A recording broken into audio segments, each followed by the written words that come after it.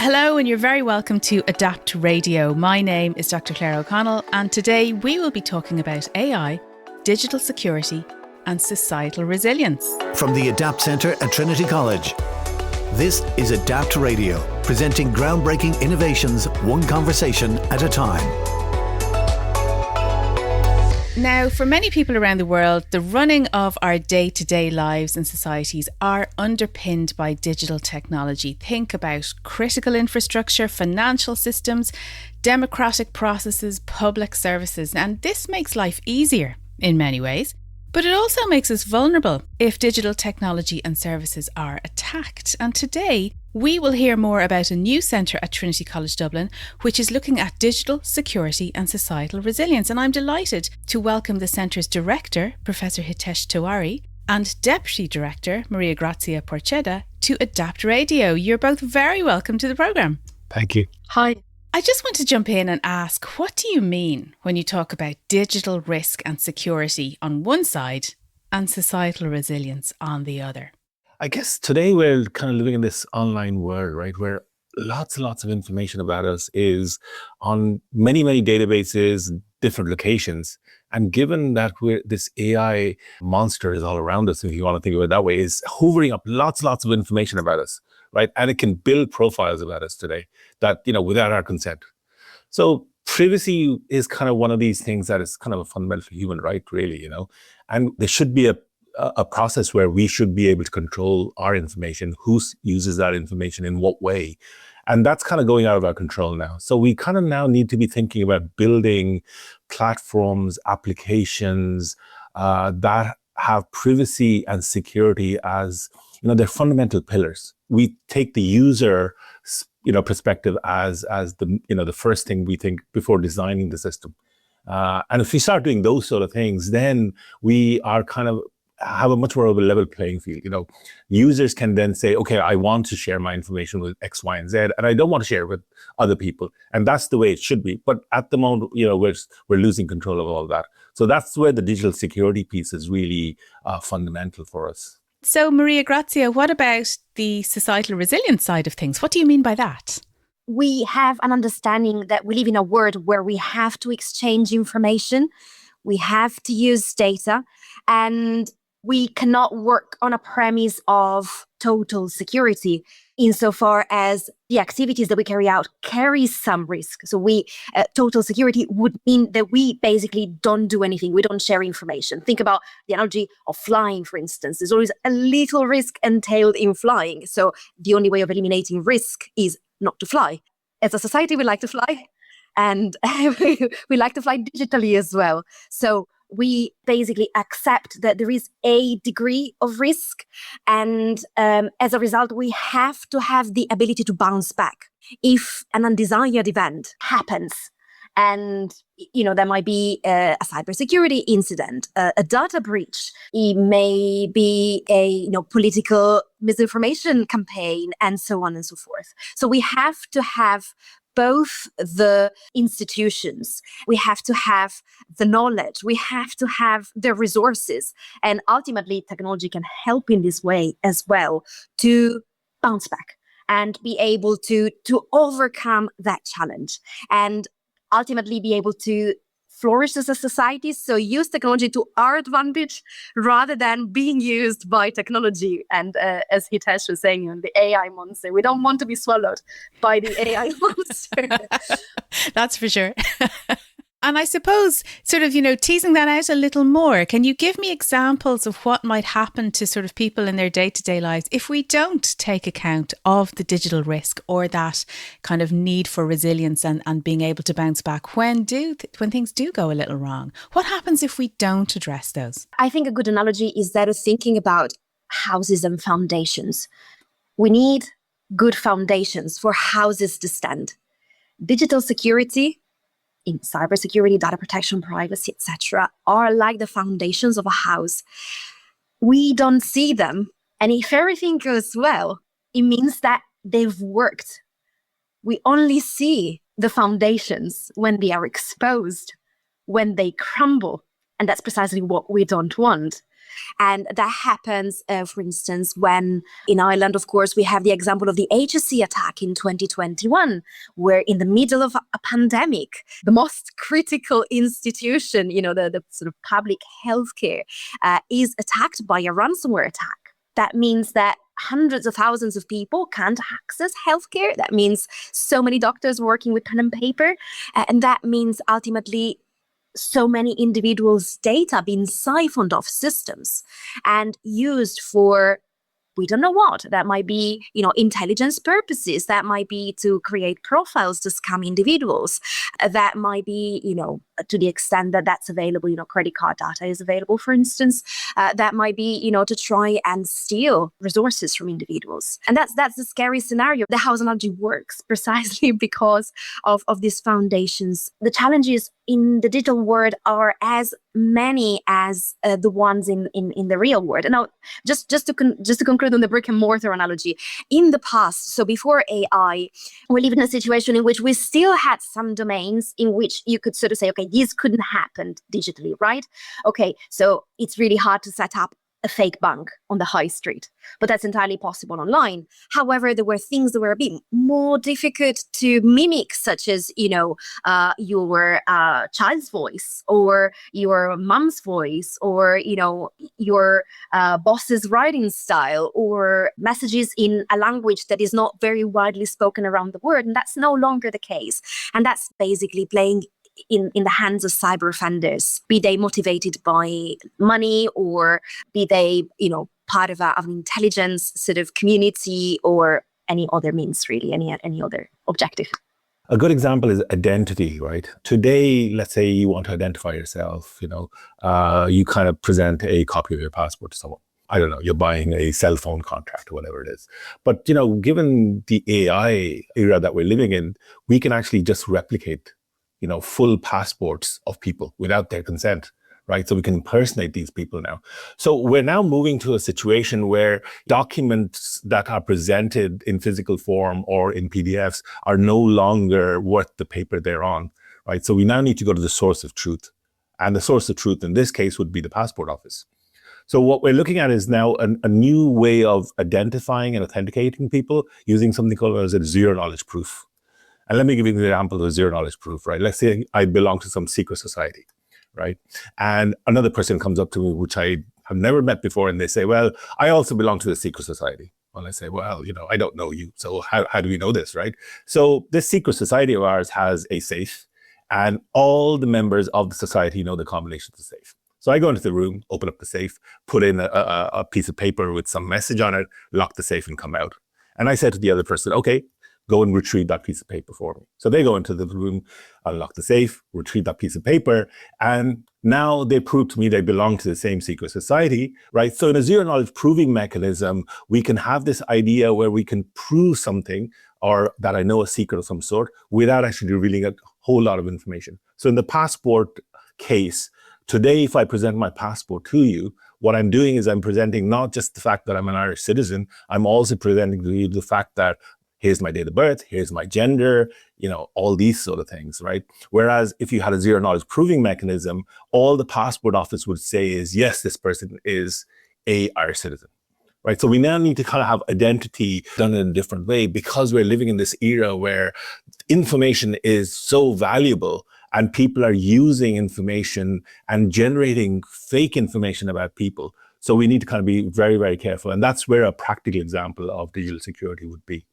In terms of kind of societal resilience, you want to think about things like, we are highly connected as an island in terms of internet connectivity. Large amounts of our internet traffic to the US and to Europe goes through Ireland, right? We have these undersea cables and, we need to protect all that critical infrastructure. Again, by monitoring it on a 24/7 basis, using AI techniques to, filter out the data that isn't relevant to us, but data that is relevant to us, and then having someone to look at that very, very quickly in real time.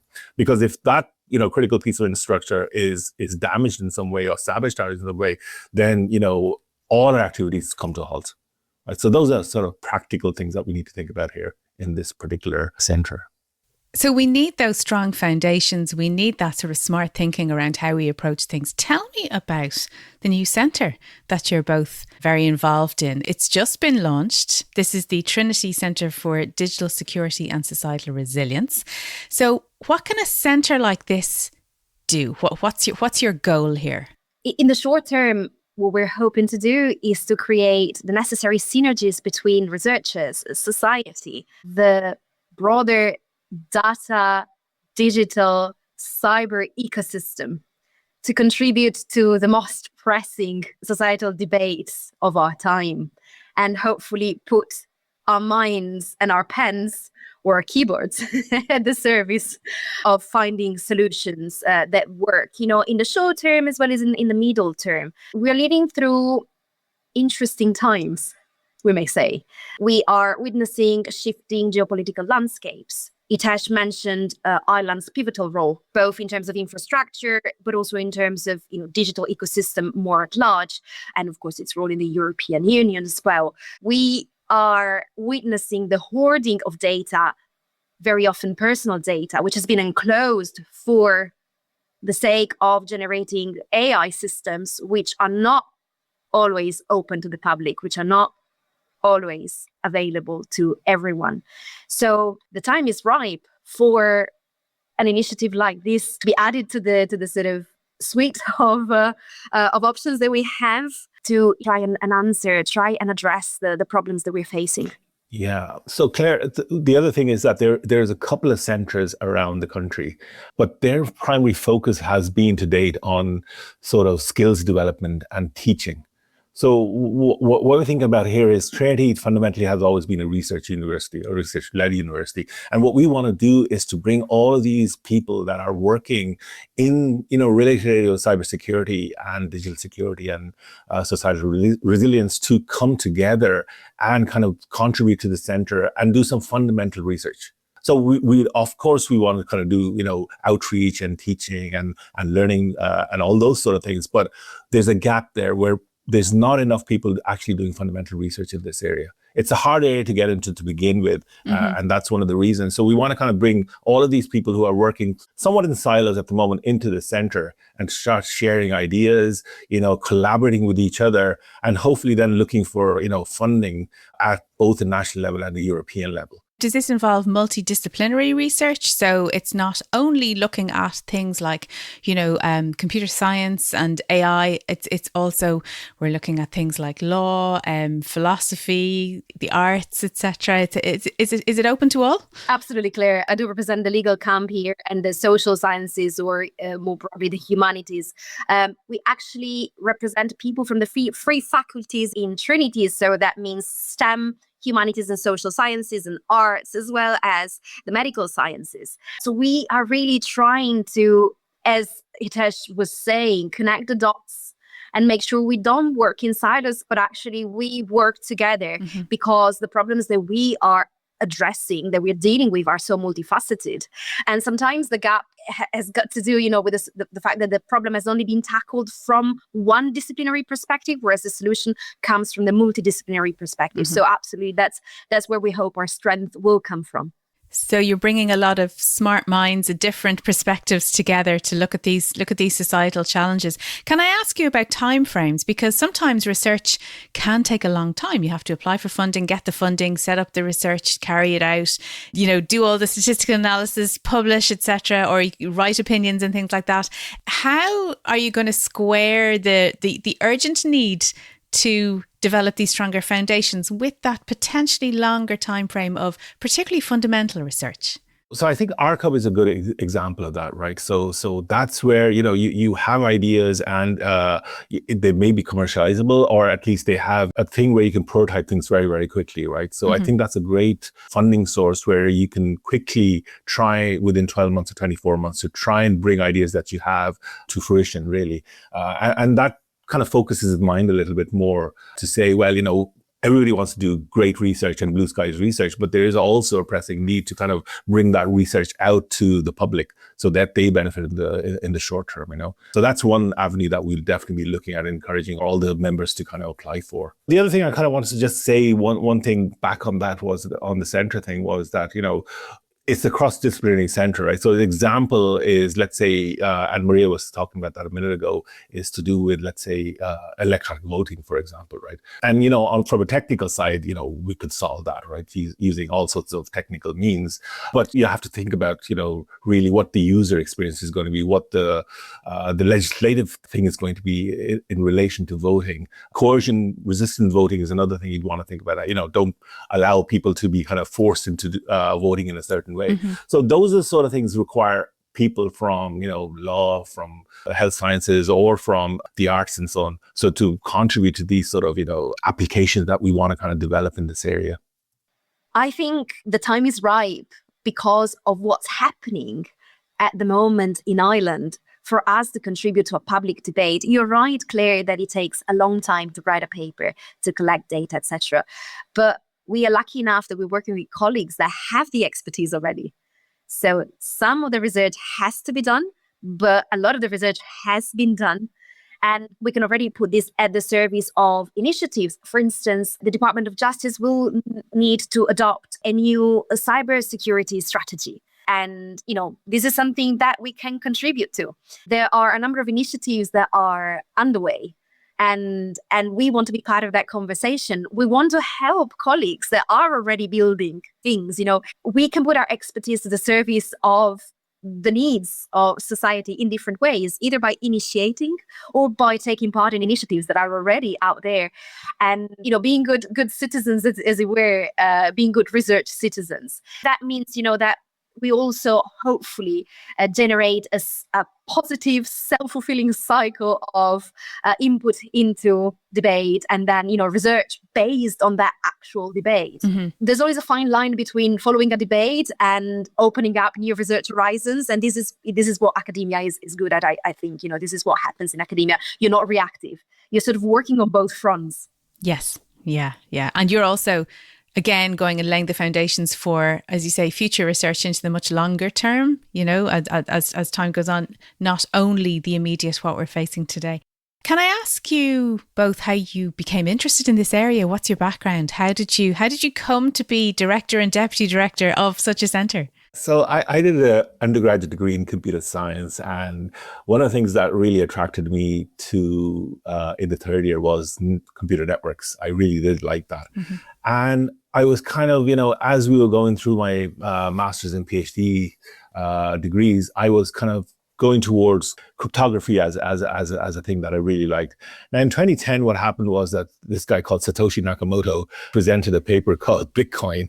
And I kind of looked at it and thought, this is really, really interesting stuff. We'd been thinking about how can we somehow not have this central entity called the bank, which controls everybody, I hadn't solved that problem, but this guy had. And he had kind of come up with the Bitcoin protocol. But underlying Bitcoin was this thing called a blockchain. And I was kind of thinking, well, that's a really, really interesting structure there. Can we use that to decentralize all sorts of other things that we've been looking in that networks? And that's just what happened to me from 2010 onwards. I started looking at legacy applications in relation to identity management, healthcare systems, even radio networks that we could apply blockchain technologies to. That's what really drove me for the last 15 years or so, to really kind of write lots of papers in this area and start developing applications. And so in recent years, we've done things like electronic voting on a blockchain. You'd kind of think what's a blockchain is really to do with cryptocurrencies, but not really. There's lots of applications of it. It's kind of crypto everything, really. Yeah. So that, and in recent years, we've been kind of looking at things like zero knowledge proving systems, where you reveal as little information as you can while you're trying to prove something to another person. And then with post-quantum computing coming online, all of these systems are vulnerable to quantum computing attacks. And that's what we've been looking at in recent years, to how to harden blockchains and cryptocurrency systems so that they don't fall vulnerable to these sort of attacks. So that's kind of what I've been doing for the last 15 years. Great. And Maria Grazia, you have a legal background. Tell us about that. Actually, my interest was sparked before I moved to law. And to an extent, I moved to law. Actually, I did move to law because of this. Okay. So I began my career studying political science and international relations. I wanted to be a diplomat. And then I was very lucky. Whilst I was studying for one of my degrees, I was able to take part in a Silicon Valley study tour, which took myself and a number of other students to Silicon Valley to visit the big players. And one of these players was a crypto firm. It was a boutique cryptography firm. And they opened my eyes on the reality of digital security. And I was really taken aback. And upon my return, it was pretty serendipitous. I just entered a bookshop and I saw on the shelf a book by a leading data protection scholar on a data protection topic that was hot at that time. When I was studying, the public debate revolved around the opposition between security and privacy. Everybody was talking about how the two were conflicting with each other. And I thought that we could find a different narrative. We could talk about cybersecurity and privacy. At the time, it was security and privacy. And so I thought the cybersecurity was a very interesting field, and that was before the EU actually adopted its cybersecurity policy. And nobody was talking in law about cybersecurity, because in law, you only talk about things that exist. You only talk about policies and laws that exist, not about policies and laws that don't exist. It took me a really hard time to convince a jury that this was a viable PhD topic. I went through many iterations, many interviews that led nowhere, but finally I was able to convince my jury. Good for you. Persistence pays off. Absolutely. For everybody that is listening, especially the students. So that led to a PhD that was, exploring the legal interplay between cybersecurity and privacy. That became a book in 2023. I explored how cybersecurity, privacy, and data protection operate together in all of the areas of EU law, basically, from the internal market to law enforcement and justice cooperation, so the area of freedom, security, and justice, as it's known technically, to the area of diplomacy and defense, common foreign and security policy, common defense policy. Again, that opens up new horizons. It's shown me the complexity of, the answer is not as simple as, yes, of course, we can just have security and privacy, and these will go hand in hand together happily ever after. That's not how it works. These debates reflect broader societal debates. They reflect the contradictions of democracy and of contemporary democracies especially, and rule of law-based systems and human rights systems and market-based systems and so on and so forth. But that doesn't mean that we just have to say, okay, we just step away and let reality do its course. We need to propose how we can chart the future ahead. And one of the big answers is, or one of the big questions is, looking at how our technology is built and designed, making sure that we design systems in a way that support our goals, that support our societal goals. And this goes back, to the multidisciplinary conversations that Claire, you invited us to discuss earlier on. And so here I am with Hitesh. Looking forward to working with so many colleagues. And I suppose looking to that future, the centre has been launched now. It's brand new. But looking forward 5 or even 10 years, what do you both hope the centre will have achieved over that time frame? Hitesh? So I think our long-term goal is to have Research Ireland funding. As an independent centre, something like, along the lines of Adapt or Connect. Mm-hmm. That's where, there's a requirement for that. And there's been talk about that for some time. And that requires us to, of course, partner with centres in MTU and UCD. And maybe we could even think of a cross-border centre with Queen's University, which also has a big centre in the cybersecurity area. Huge, yeah. I think that's kind of where we want to be. And what that allows is for more researchers and academics and PhD students to come into the centre. We'll have lots more publications coming out. We have, engagement activities with the public and schools and so on. So, we want to build up this whole area. It's a harder area to get into than other areas. It's, AI being the thing that everybody is doing. Well, cybersecurity is also the big thing out there apart from AI. And I think that's where Ireland needs to be focused on. And that's what we hope to do in the next 5 to 10 years. It's just build a national centre along with other people from across the whole of Ireland, really. And Maria Grazia, how about you? What are your kind of thoughts about that 5 to 10 year time frame? I agree with Hitesh, what Hitesh said, because that's, these are the common goals for the centre. Mm-hmm. I would hope to see an impartial and respected venue for research and evidence-based solutions across many dimensions of cybersecurity, privacy, data protection, digital security, societal issues more large, education. There's a massive skills gap in digital security. There's a lot of inequality in terms of who gets to sit at the table, not because of any ill predisposition, but simply because of historical reasons, precisely who gets involved in a tech career, who's drawn to a tech career. So we can help redressing that skills gap and making sure that all of the necessary disciplines and backgrounds are considered for the future. So yeah, absolutely, 100% endorse what Hitesh is saying, and the dream is for the impartial and respected venue that is really making a difference in Ireland and further afield. It all sounds amazing, but before I let you go, can I ask you, is there anything that our listeners can do themselves on a day-to-day basis, or are there small changes they can make that will mean they also can increase their own digital security, their own resilience around these risks of living in an online world? What are your top tips? I think what needs to happen is people do need to go out there and find resources. There's lots of resources out there, and they should be looking at these as to, phishing attacks, all sorts of things that are happening now. Given the sort of sophistication we're seeing, people need to be educated about this area. So that's one thing they should do. They should definitely go out. There's lots and lots of resources around Cyber Skills Ireland and all the rest of it. So those are things that people should be studying and trying to understand. The other thing I think we want to do, and I'm seeing this a bit in terms of our own institution, is that we don't really see lots and lots of people from our undergraduate and master's courses really getting into this area. Oh, okay. And trying to, develop skills in this area. So we want to encourage lots more of our students to go and do master's programs in this area. It doesn't have to be in Ireland, it can be abroad as well, but come back and bring those skills to industry here. The industry here needs to grow. It has to be a homegrown thing. And we're seeing this idea of, digital sovereignty that's coming through a lot.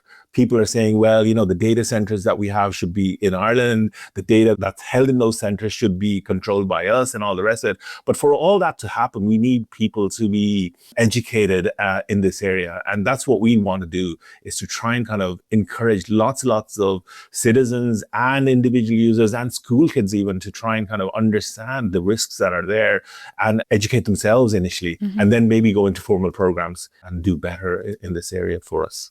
And that's interesting that you're saying that we're not seeing the undergraduates and masters, rocking up to this in huge numbers yet. So maybe if someone's listening and maybe they're in that situation, or maybe someone in their family or their friend, they have a friend who's kind of thinking about, what do I want to study at college, or what do I want to do a master's in? Maybe you can sort of plant this seed that this could be a great area to get into. Absolutely. And Maria Grazia, how about you? What are your top tips for people who want to enhance digital security and societal resilience? I agree with Hitesh. There's plenty of things that we can do ourselves and have got to do. Being responsible users, being aware users of technology, questioning technology. But I want to say something a bit different.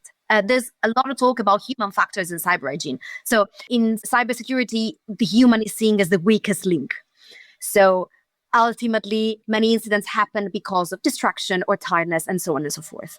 And therefore, we are expected to practice good cyber hygiene. We need to take good care of our digital persona, right?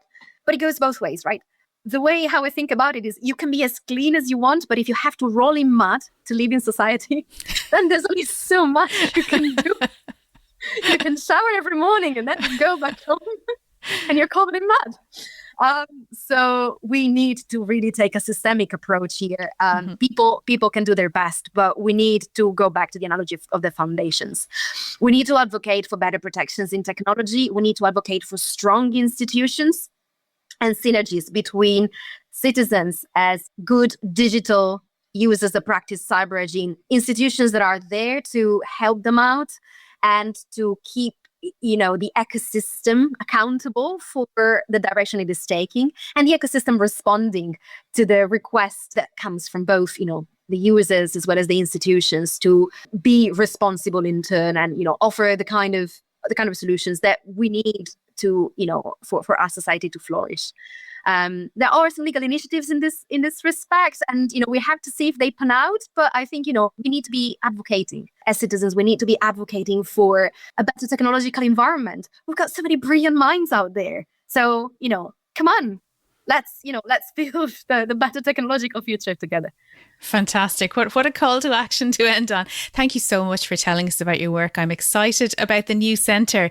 Thank you to Professor Hitesh Tewari and Professor Maria Grazia Porcedda for joining us today on Adapt Radio. Thank you very much. Thank you for having us. Thank you, Claire.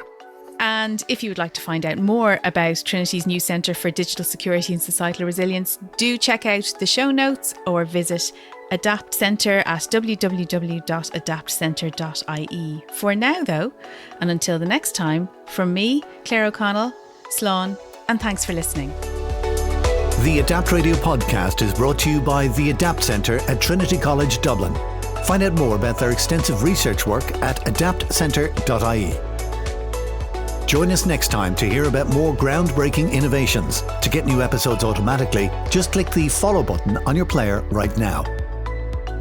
The Adapt Radio podcast is produced by dustpod.io with episodes monthly on Apple, Spotify, and wherever you get your podcasts.